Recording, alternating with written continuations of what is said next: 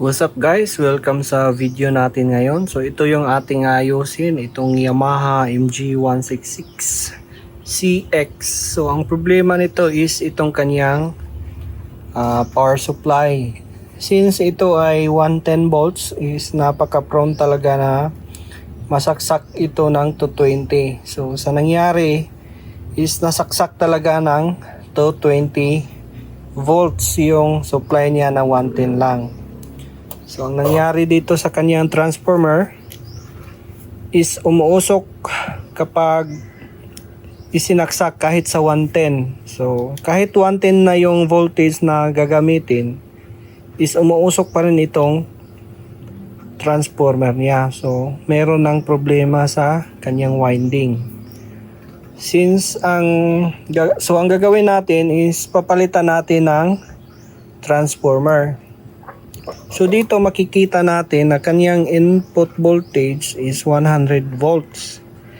So ang output niya is 18 volts.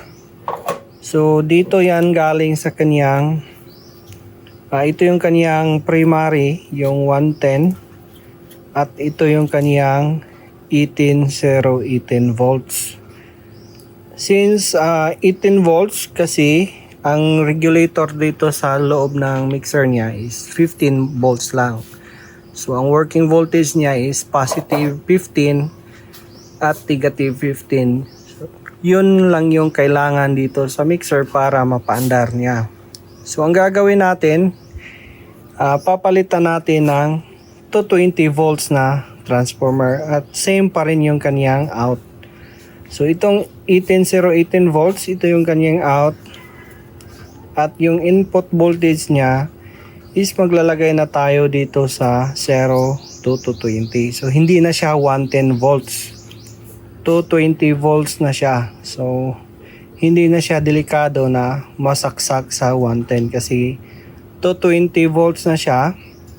At same naman din yung kanyang out, 18 volts. Ito yung working voltage dito sa mixer. So ito yung i-convert natin ngayon. Ito yung kaniyang mga wire.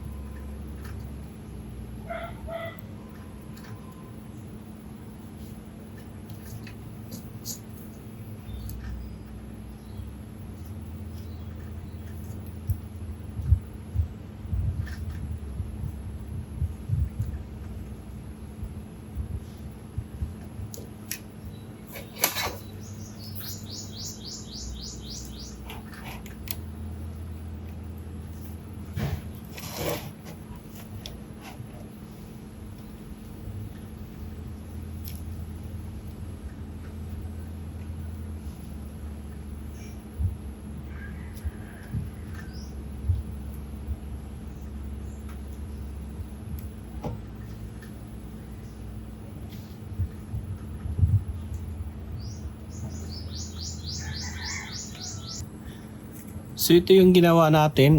Itong 220 at 0 is ito yung papunta dito sa saksakan natin. So 220 volts input AC yung transformer natin. At yung kanyang out naman is 18 volts. At dito sa kanyang pin, dapat dito na sa pinato is dapat dito siya sa gitna kasi siya yung zero or common. So ang nangyari dito is 18 volts pa rin siya. Ang nagkaiba lang is yung kanyang primary to 20 volts na hindi na siya 110. So safe na yung mixer natin. So since AC voltage pa ito is i-regulate ito sa regulator doon sa loob ng mixer. At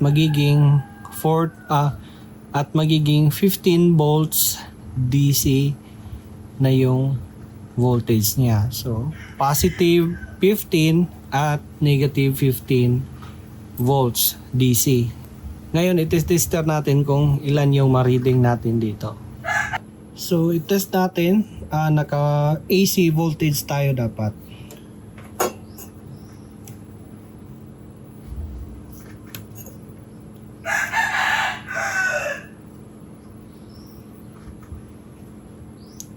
So dito sa primary side is merong 218 volts AC.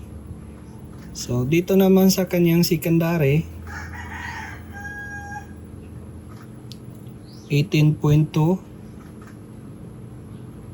yung kabila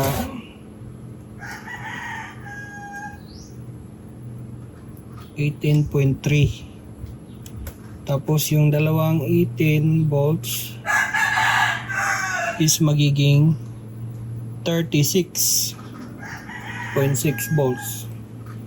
So okay na yon kasi yung kailangan naman ng mixer natin is 15 volts lang. So ngayon i-actual test na natin kung aandar ba. So ito guys, i-power on natin. Yan. So makikita natin na meron na yung mga indicator niya. So umaandar siya at kailangan talaga natin itong patugtugin para malaman natin kung tutunog ba talaga siya. So ito na, testing na natin kung aandar ba siya.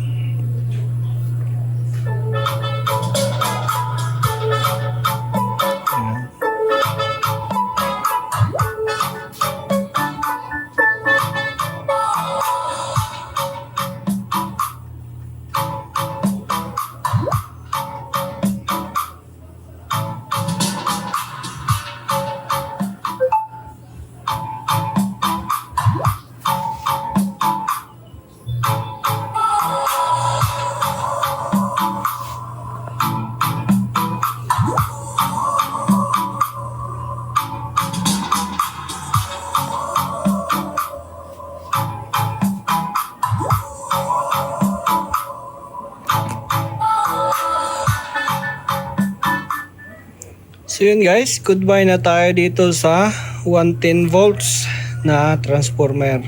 Para walang iwas sunog na tayo, convert into 220 volts na siya. So yan, kita naman natin na gumagana naman yung pinalit nating transformer. So yun lang guys, at sana meron kayong natutunan sa video na to. Huwag kalimutang mag-subscribe para sa ating mga video tutorial.